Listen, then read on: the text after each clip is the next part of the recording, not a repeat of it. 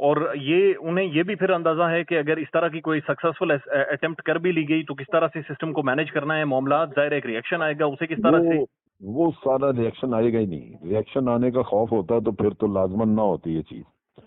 پہلے بھی دیکھے نا جو خان کے اوپر جب گولی چلی جی زخمی ہوا تو انہوں نے تو ان لوگوں نے تو اپنی طرف سے اس کو مار دیا تھا. جس نے بھی حملہ کیا انہوں نے تو مار دیا, لیکن قدرت ہے کہ وہ بچ گیا. لیکن اس کام کے اس کی وجہ سے کوئی باہر نکلا, کسی نے کوئی احتجاج کیا, کوئی آپ نے دیکھا کہ بازار بند ہو گئے یا سڑکیں بند ہو گئیں یا کوئی ایسا دفتروں میں لوگ نہیں گئے, کوئی دیکھا آپ نے ایسا؟ تو وہ بھی ایک خوف نہیں ہے, قطعاً اطمینان ہے کہ پبلک کا ریئیکشن ہے ہی نہیں. یہاں پبلک کنڈم کرتی زبانی, باقی تو جہاں زندہ قوم ہوتی ہے وہاں تو وہ شہر ملک بند کر کے رکھ دیتے ہیں. ہم تو سری لنکا سے بھی گئے گزرے ہیں. سر یہ امجد صاحب یہ کیا ذہنیت سر اس قوم کی بن گئی ہے؟ کل ہم نے دیکھا کہ جب پیٹرول پرائسز بڑھی اور اس کے حوالے سے ایک احتجاج کال کی گئی تو اس میں بھی ہم نے دیکھا 40-50 لوگ شریک ہوئے, وہ بھی پراڈو سے اور اوڈی سے اتر کر آ رہے تھے. تو یہ اوور آل سر قوم کی کیا ذہنیت بن گئی ہے؟ یہ ان معاملات کو, اس صورتحال کو ریزسٹ کیوں نہیں کر رہی؟ دیکھیں یہ ہے قوم ریزسٹ اس لیے نہیں کر رہی کہ بہت حد تک نیچے تک دنیا پیسہ بنا رہی ہے, کرپشن میں ملوث ہو گئی. ہم نے سب سے بڑا جو کام اپنے ساتھ جاتی کی وہ یہ کہ معاشرہ برباد کر دیا. کوئی شخص میرٹ پہ نہیں بیٹھا ہوا. عمران خان کا قصور, عمران خان باہر دھکے کھا رہا, اس کا قصور کیا تھا؟ صرف یہ کہ وہ کہتا تھا میں کرپشن ختم کرنی. تو یہ سارا پاکستان اس کے خلاف ہو گیا. عام آدمی نہیں, لیکن تمام, نہ بیوروکریسی سے کر رہی تھی تعاون, نہ پولیس کر رہی, نہ عدالتیں کر رہی, کوئی اس سے نہ ایف بی آر تعاون کر رہی ہے, نیب اپنا کہانیاں ڈال رہا ہے لیکن تعاون نہیں کر رہا, کوئی کیس فائنل نہیں ہو رہا. تو آپ نے دیکھا ہے کہ ایک پورا نظام اس کے خلاف کھڑا ہو گیا.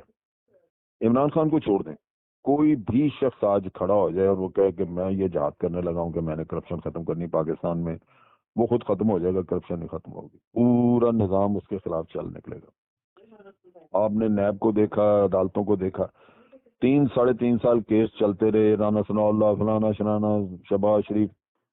جس دن بری کرنا تھا 2-2.5 دن میں ختم ہو گیا کام.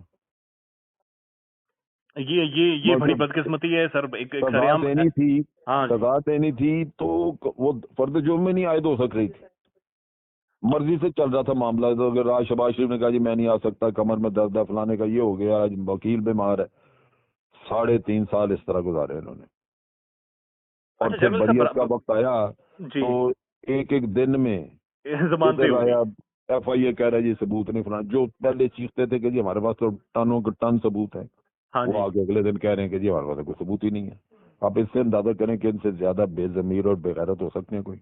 اچھا امجد صاحب ایک اور برائے مہربانی چیز بتائیں سر. جس طرح کا ٹارچر اور جو آپٹکس فواد چودھری کے حوالے سے کریٹ کیے جا رہے ہیں, کہیں نہ کہیں یہ سوچ موجود ہے کہ خان کو بھی گرفتار کرنا اور تحریک انصاف کی جو فرسٹ ایئر کی عادت ہے ان سب کو بھی گرفتار کریں اور اسی طرح سے ڈرائیں, ایک فیئر اس ملک میں قائم کریں.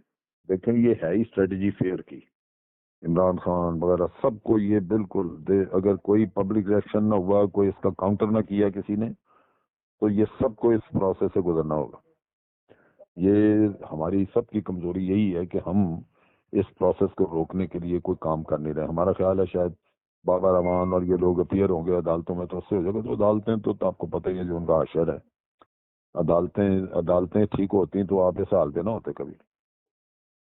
تو امجد صاحب یہ جو آج سر پورا اسلام آباد پنڈی بند ہے, چھٹیاں دے دی گئی ہیں, اس کی وجہ کہ یو اے ای کے پریزیڈنٹ نے آنا تھا سر, وہ 4 دن سے پاکستان کے اندر موجود ہیں لیکن وہ اسلام آباد نہیں آئے.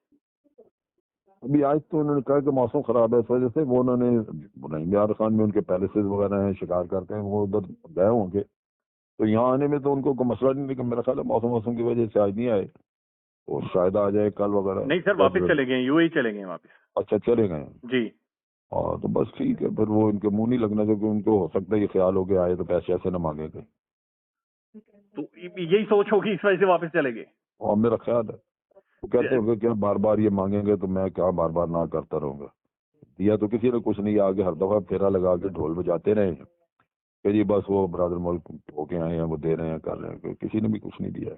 جو پہلے والا پڑا ہوا ہے وہ انہوں نے ٹرن اوور کر دیا, اس کا رول اوور. تو اب آپ نے سر اپنے ایک انٹرویو میں بات کی تھی, برائے مہربانی اس بارے میں بتائیے کہ سر مفتی محمد سعید صاحب کو ایسا محسوس ہو رہا ہے جیسے لانچ کیا گیا اور سلیم صافی صاحب نے ان کا انٹرویو کیا, جنہوں نے عمران خان صاحب کے نکاح کے حوالے سے بات چیت کی؟ میں بہت اچھی طرح اس کو جانتا ہوں. جو میں پرانا جانتا ہوں وہ کیریکٹر لیس آدمی ہے.